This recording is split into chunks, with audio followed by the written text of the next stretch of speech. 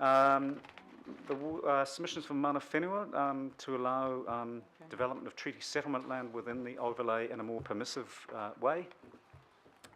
Submitters seeking amendments to the activity status for demolition, some wanting it more permissive and some more restrictive, and also that control around new buildings at the rear. Again, some people wanting that to be permitted, some wanting it to be more restrictive. We had submitters asking that the overlay manage other activities like the alterations and additions that you might find in the character overlay. And amendments to the notification provisions, again from asking that the unitary plan specifies that any demolition is non-notified, and others asking that any demolition is always notified. And of course the plan that went out for submissions was, let's have a case-by-case assessment under the section 94 of the RMA, 95. Some submitters sought that the council bear the costs for the resource consent process, and council does bear some of the costs within this overlay in terms of reimbursing applicants if it's concluded that the building is not a heritage building or within a historic character streetscape. Then there is a refund to the applicant of at least a proportion, if not all, of the costs. So that was endorsed by council at the same time the unitary plan was notified, and has obviously assisted a number of applicants over the last 2 or 3 years. Council's position at the hearings, we did propose the insertion of a sunset clause. I think that's 3 year from operative, from when the plan becomes operative, at which point the overlay would no longer apply, and that gives the 3 year time frame to do more heritage survey work and introduce, by way of plan changes, new historic character areas. That demolition threshold changed from that volume of the building that's being demolished to the surface area facades, which gives greater protection. Amendments to remove the rule that manages new buildings at the rear. It was felt that that rule didn't really, wasn't really justified. Amendments to clarify the assessment process, and that's that 2-step assessment. Is it a heritage place or is it part of a historic character area? And amendments to enable consideration of the social, cultural and economic benefits when assessing resource consents. Now that's something that was really pushed for by parties like Housing New Zealand and a collective of property developers who were saying, surely given this precautionary approach and that there are many, many streets within the overlay that aren't of historic character, surely there should be some assessment of the benefits of developing land within the overlay. Interim guidance also received on this overlay. Again, it was after the hearing on the rules that we've just talked about, but before the hearing on the maps. And I won't read this out, but I think, as you've heard before, the panel was not convinced in any way, shape or form that there should be a pre-1944 overlay. So in terms of the mapping, we carried on arguing that there should be a pre-1944 overlay. But a significantly reduced overlay on the basis of over a year's worth of work led by Rebecca and Tony Barnes in the heritage team. The overlay was proposed to be reduced by 86%. 83% of that, the vast majority, was from the heritage survey work. There was an additional 3% proposed to be reduced because of the location of some of these areas in close proximity to major public transport hubs. The heritage survey, very extensive piece of work, proposed to uplift or remove the overlay for heritage reasons, generally because the area had a high concentration of buildings built after 1944. So using that rating database, it really shows you that that wasn't a robust way to go. When you actually visit many of these streets, large concentration of buildings built after 1944. Many reasons why that might have occurred, but that's just the reality on the ground. And the planning analysis sought to balance those outcomes in the regional policy statement around protecting historic character, but also enabling growth in close proximity to major transport hubs where major investment is going into improving that transport. And again, further information, this one's topic 30 and topic 79. 79 for the mapping, 30 for the policies and the rules. Thank you, John. So, on the pre-1944, queries from members, local board members, Councillor Cashmore? It's very quick. And was there any contention about the survey work and the quality of that? Was there any contestability around that? Rebecca? There were some people, like particularly the Character Coalition, who thought that perhaps it wasn't robust enough, and then some other groups who sort of questioned that, but nobody put up an alternative method for carrying out that work at the hearing. Thank you. Councillor Casey?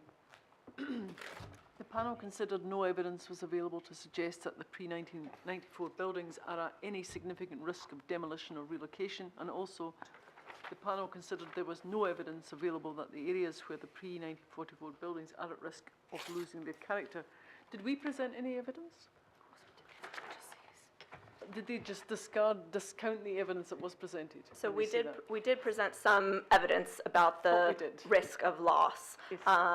and part of it is that it's actually very difficult to sort of count the risk. You know, they were asking for information on, well, how many consents have been declined, and we sort of explained that some of that, you know, actually we had applications that were withdrawn, or we had conversations in the pre-application phase that resulted in them not submitting an application at all, and actually, you know, it has been working in that regard, and we are seeing stuff come through, but it might not be easily measurable. And the other issue is that until this overlay came in, we had no method of counting how many demolitions occurred prior to this. So, you know, and that was explained to the panel. So, and again, that was after they issued that interim guidance. So now they've got evidence. So hopefully we convinced them that there is a risk to loss of these buildings. Thank you. Councillor Walker? Sure. Just looking at the related rules and construction of new buildings, and then there's the issue around demolition. What's the story as it applies if somebody wants to shift one of these pre-1944 buildings forward so that they can fit the building on the back? Is that covered under the restricted discretionary? So they're not demolishing it? Yep. So the rule covers demolition or removal from the site, so that includes tearing it down or trucking it away. It doesn't actually cover relocating the building within the site, so that would be allowed. And the reason why that rule for construction at the back, you know, in discussions about this overlay and in response to the submissions, basically, the council position was to clarify the rule that really it's about the loss of these buildings and controlling that worst case scenario. Okay, thanks. Thank you, Councillor. Further queries on the pre-1944? Councillor Lee? Yes, I just want to make the point that while this overlay, demolition control overlay, was certainly based on something similar in Brisbane, I think that was 1940 in Brisbane. The Brisbane overlay is a real, genuine moratorium. You don't touch, you don't mess with buildings that are pre-1940 unless there is a serious health and safety problem or something of that nature. This overlay is that you have to go and get a resource consent before you blow it away, and that essentially is all that it's about. Now, it's better than nothing, I guess, but this council has to take it to the next level in terms of the Resource Management Act and, you know, make these demolitions non-complying or prohibited if need be, and then we would be really like Brisbane, which really values its historic townscapes. Thank you. Okay, I think we'll move to the business section. Next topics. John, with you again. Jeremy Wyatt. Welcome, Jeremy.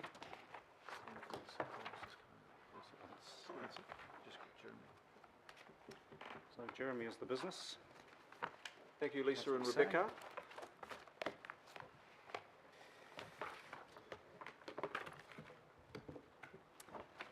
Hi, Jeremy. You going to lead it? Yeah, Jeremy. okay, thank you. So,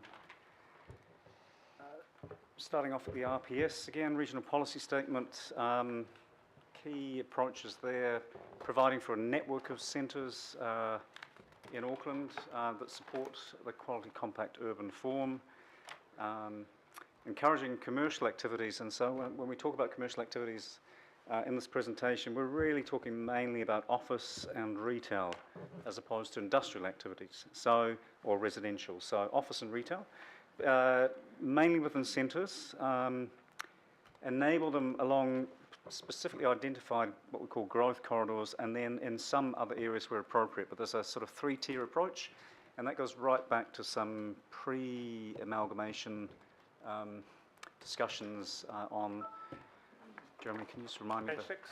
Plan Change 6 to the regional policy statement of the former regional council. So enabling a sufficient supply of land for industrial activities was as another key plank in the policy plank in the regional policy statement, in the right locations, and avoiding incompatible activities, for example, residential, locating close to one another, so industrial and residential, trying to avoid that situation.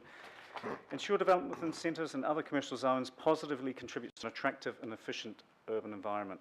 So that's at the regional policy statement level. Moving down into the provisions, the rules themselves, there were 5 centre zones in sort of decreasing scale from the city centre, metropolitan centres, town centres, local centres and small neighbourhood centres. Those are the 5 commercial zones, the 5 centre zones. They generally, they provide for commercial, so retail and office, civic activities and residential above street level. And larger centres are often our major transport hubs. The other commercial zones are the mixed-use general business and business park zones. We call them commercial zones because they also allow for some office or retail. The mixed-use zone provides for residential and supporting office and retail. The general business zone is mainly the sort of large format retail zone for the big box retail in Auckland that's not in a centre. And the business park zone applies to a small number of standalone office parks out of centres. We then have the industrial zones, 2 industrial zones, light industry and heavy industry.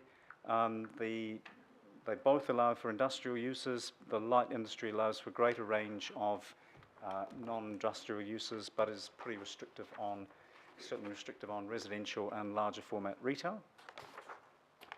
The location of commercial activity, in terms of the rules, seeking to implement that regional policy statement direction about primarily locating office and retail in centres, then along identified mapped growth corridors, and then other areas as a sort of third lower tier. Office and retail permitted in centres, more restrictive activity status in other areas with assessment criteria to look at whether or not there should be retail happening outside of centres. And there was only one specifically identified growth corridor, and that was Lincoln Road. In terms of the supply, protection of industrial land, key controls to avoid reverse sensitivity, i.e. things like residential moving into industrial areas, some strict controls on that.